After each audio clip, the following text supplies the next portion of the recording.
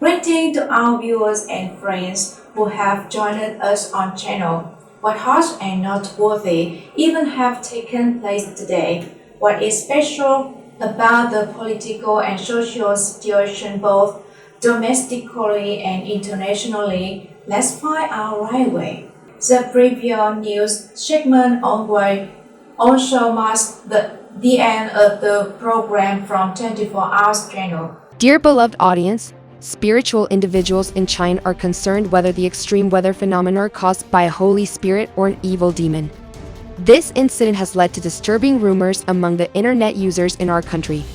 According to mainland sources, the phenomenon of day turning into night for nearly 5 hours has occurred in northern provinces of China, such as Liaoning, Hebei, Shanghai, and the capital city, Beijing, which is an unprecedented and strange occurrence. Around 5:10 am, instead of the usual crowing of roosters, the sky remained pitch black like midnight, causing great disruption to people's lives. All cities had to turn on lights to combat the darkness. The most horrifying aspect was the presence of thousands of unknown insects filling the sky, accompanied by a buzzing sound, leading to irritants and headaches for many. Mr. Ma expressed his concern, stating, "I have lived here for over 50 years, and I have never seen anything like this before. I don't understand why there are more and more bizarre phenomena happening in our country." Alongside the fears of the people, according to China News, photos taken by local residents at Atam today reveal the entire area engulfed in thick darkness. Although there is no official explanation for this mysterious dark morning, representatives from the China Meteorological Administration stated that the sudden darkness was caused by the arrival of dark clouds, which were so dense that they blocked out the sunlight. The residents of the northern provinces of China experienced a chaotic life similar to being in the realm of the dead. When they woke up, there was no sunlight to be seen, only a completely dark sky without any trace of light. This lasted from 5 am until 8:30 p.m. on the same day, which is an unprecedented event in human history.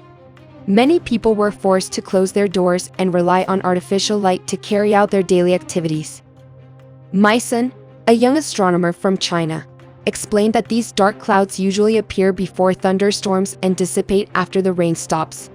However, Sun believes that the duration of 5 hours is excessively long and has never been recorded in human history. It is possible that certain coastal areas may have had an increased influx of clouds from the sea, resulting in the formation of thick and persistent cloud layers, he added. Until now, no one dares to confirm the true cause of the sudden transformation from day to night. Some theories have been proposed for this strange phenomenon. Many believe that the sudden darkening and blackening of the sky in China is caused by a solar eclipse. However, this is a highly unlikely occurrence. According to scientific experts, similar incidents have been observed in mountainous provinces like Yan'an and Guizhou last year, but they lasted only for about a minute. The main factor responsible for these occurrences is the presence of cumulonimbus clouds at low altitudes, passing over and covering a certain area of the sky, creating a temporary darkness similar to nighttime. Once the clouds pass, everything returns to normal. It can be said that the recent phenomenon of day turning into night in the northern provinces of China may have a similar underlying cause. According to the China Meteorological Administration, a dark night in the middle of the day is not a completely new phenomenon. It is relatively common in nature, especially in the context of complex climate changes. We know that clouds are formed by the condensation of water vapor into small droplets and ice crystals within rising pockets of air. Under normal weather conditions, the air continues to rise, resulting in the formation of more clouds. The thickness and altitude of the clouds determine their color. When clouds are thin, they allow most of the light to pass through and appear white. However, when there are other light-blocking objects, clouds follow the rule that the thicker they are, the less light can penetrate. Therefore, if the clouds are too thick and the space within them is too compact, the clouds will gradually turn gray or even black. This phenomenon is also a precursor to severe weather events such as approaching storms. The excessive presence of dark clouds in China collectively caused the sky to turn dark as night, even during daylight hours. Mr. Leidick, deputy director of the Meteorological Observatory in Northeast China, believes that the sky was so dark because of a large cloud passing through the region, and once the cloud dispersed, the sky brightened again. Based on observations, it can be concluded that this phenomenon is caused by a large cloud formation. The argument gains further support as this morning, before the occurrence of the day turning into night phenomenon in China, the sky was also dark and it rained heavily for about 25 minutes, from 8:05 am to 8:30 am. There is a plausible connection between these two phenomena, and how this strange phenomenon will unfold next. We will quickly update and deliver the information in our upcoming news broadcasts. Dear audience, over the past few days, natural and man-made disasters have been continuously striking, as if teaching China a lesson about the power of nature, due to the crimes committed by the Chinese leadership against humanity. Relentless downpours have wreaked havoc on the southern provinces of China, destroying 42 years of economic development, achieved through stealing intellectual property and brands from all developed countries. Now, the achievements made by China have been washed away by the floodwaters, bringing the populous nation back to its starting point. Southern China is heavily affected by floods, and sacrificing rural areas to protect urban areas is a familiar approach of the Beijing government in handling flood disasters.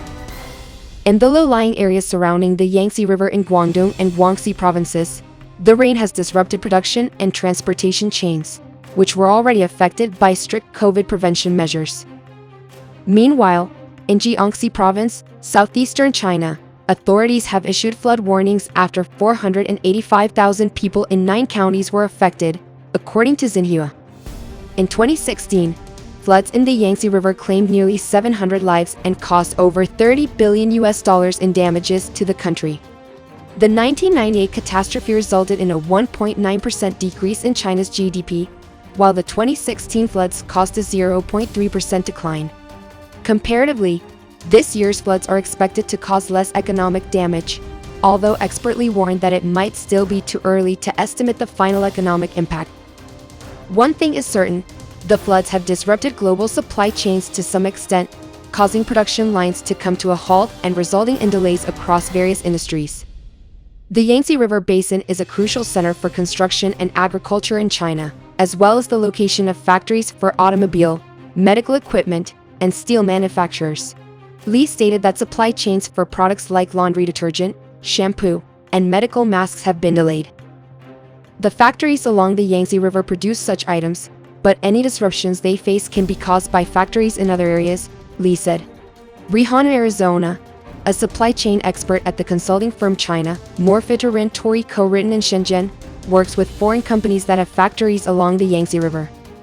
He stated that car parts manufacturers will likely be impacted by the severe floods, but he hasn't heard of any major disruptions or problems faced by manufacturers so far.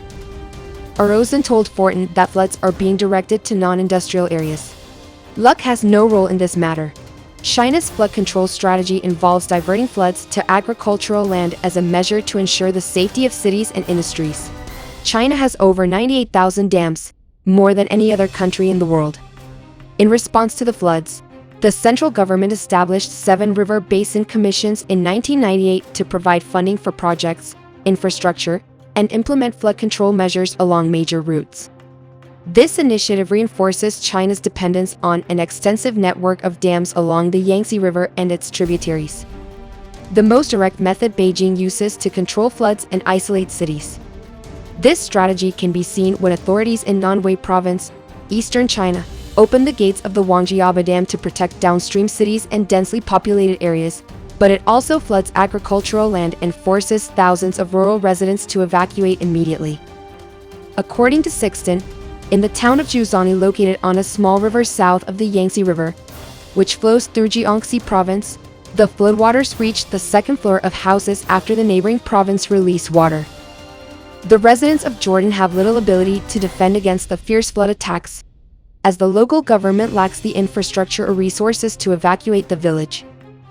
Recently, Reuters reported that a 55-year-old dam collapsed in Guangxi province, putting downstream communities at risk of flooding. Li estimated that the 2022 floods submerged over 51,900 square kilometers of Chinese agricultural land. The 2016 floods covered nearly the same agricultural land area, while the floods in 1998 submerged over 207,000 square kilometers of agricultural land. Dazen Travis, a commodity analyst at Stoniferp in Shanghai, stated that vegetable and pork prices in China have risen due to the consequences of the floods. Aquaculture may be the most severely affected, as well as rice, the most common crop in the region. Some crops such as rapeseed and wheat were harvested before the floods became severe. Mr. Ferris stated that overall, the market does not seem overly concerned about the shortages caused by the floods. However, farmers who grow these crops tend to be worried. Ms. Toner noted that hundreds of thousands of people among them have been displaced by the floods and face significant challenges in post-disaster recovery. There is no unified standard for flood damage reduction, as well as nature-based solutions in China's rural areas, Ms. Toner said. To cope with previous floods, she noted that the central government launched the Sponge City program in 2015, which requires urban centers to create water-absorbing areas, rain gardens, and other water discharge locations to absorb excess rainfall. Such policies have not yet been implemented in rural areas, leaving smaller cities, villages, and agricultural land to be sacrificed if the water rises in the Yangtze River. The current natural disaster is the result of a perfect storm, combining climate change and human actions, Ms. Toner said. Thank you and all of you for paying attention. Please leave your comment and feedback in the comment section of this video so that we can respond properly. The editorial team would like to send greeting and thanks to the valued listeners who have always shown interest in a company.